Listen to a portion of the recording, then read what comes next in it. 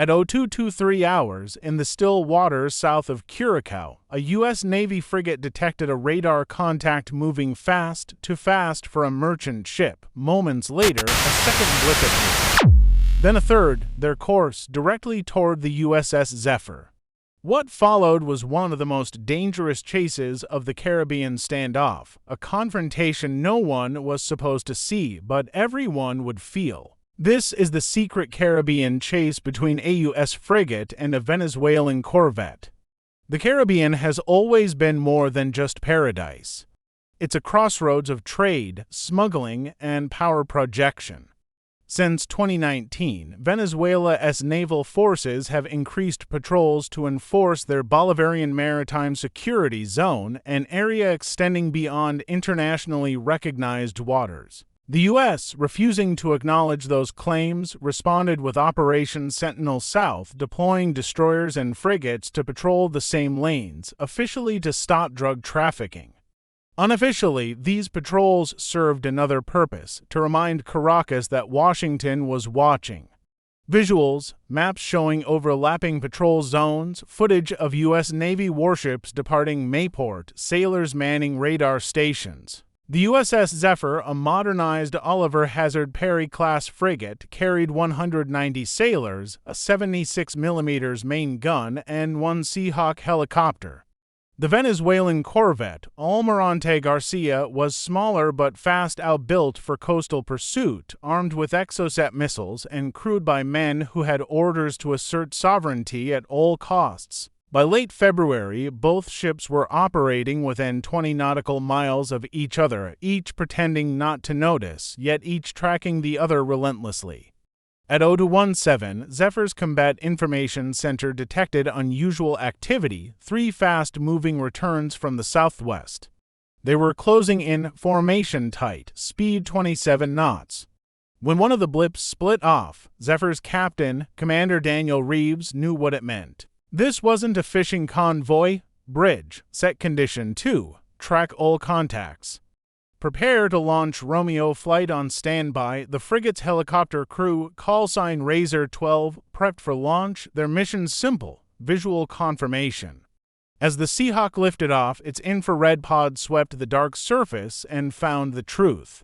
One corvette, Venezuelan flag visible on board, 2 smaller fast patrol boats trailing behind like sharks. Reeves didn't need intel briefings to know what was happening. The Venezuelans were pushing, testing how close they could get before the Americans reacted. It was controlled friction, the kind that could spiral out of control in seconds.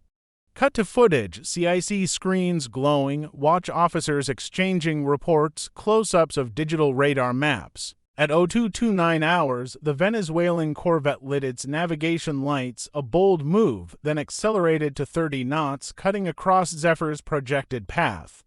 The distance fell to less than 5 nautical miles, bridge to CIC, range decreasing.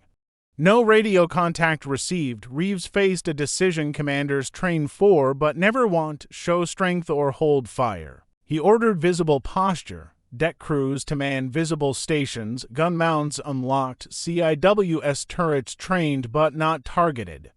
The message was clear: we're ready, but we're not shooting first. Meanwhile, the Venezuelan ship broadcast a challenge in Spanish: U.S. vessel, you are operating in Venezuelan waters. Identify your purpose or alter course immediately, Reeves replied, calm and measured. Venezuelan naval vessel, this is United States ship Zephyr. We are operating legally in international waters. Recommend safe separation. For a moment, silence. Then, the Venezuelan corvette mirrored Zephyr's course, maintaining for nautical miles separation, a clear sign they were shadowing. Visuals, split-screen map animation showing 2 vessels in parallel motion. The chase had begun. For nearly an hour, both ships ran east, Zephyr maintaining steady 18 knots, the Venezuelans oscillating between 25 and 30, darting in and out of radar range like predators testing prey. Every few minutes, Razor 12 circled overhead, recording the entire event. Infrared imagery showed men at the corvette's bow, one holding binoculars, another, possibly a gunner, standing near the exocet launchers. In the Zephyr's Combat Information Center, every movement was logged. Every bearing, range, and emission stored for analysis. At 0312, the Venezuelan patrol boat suddenly broke formation, one turning sharply toward Zephyr's beam. Bridge alarms triggered, weapons officers unlocked safeties, but Reeves held the line. Weapons hold, maintain track, do not engage unless hostile act confirmed. The Venezuelan patrol accelerated -35 knots, then 37, cutting across Zephyr's bow at just 1.2 nautical miles. The wake spray hit Zephyr's hull. "They're playing chicken," one sailor muttered. Sound, roar of engines, wave impact, bridge alarms blaring, but the Americans didn't flinch. Instead, Zephyr's turbines spooled up, the ship veered slightly starboard, maintaining international boundary by less than a mile. That precision wasn't just navigation, it was diplomacy written in propeller wash. At 0320, Razor 12's sensor operator spotted something new, a heat plume behind the Venezuelan Corvette. Not missiles, not weapons. Just engines redlining, they were backing off. At 0325, the Venezuelan ship slowed to 10 knots and began turning west, no transmissions, no signals. Just a silent retreat into the darkness. Reeves gave the order. Maintain course, log all data, no pursuit. For the Zephyr's crew, adrenaline drained as quickly as it had spiked. They had stared down escalation and blinked last. By sunrise, the incident report was already on its way to U.S. Southern Command in Florida. Analysts dissected every radar frame, every intercepted signal. Officially, the Pentagon called it a routine maritime interaction. Unofficially, it was a strategic victory in restraint. The Venezuelan press portrayed it differently, a bold defense of sovereignty. State television aired stock footage of naval drills claiming the Americans had fled. The truth, as always, was somewhere in between.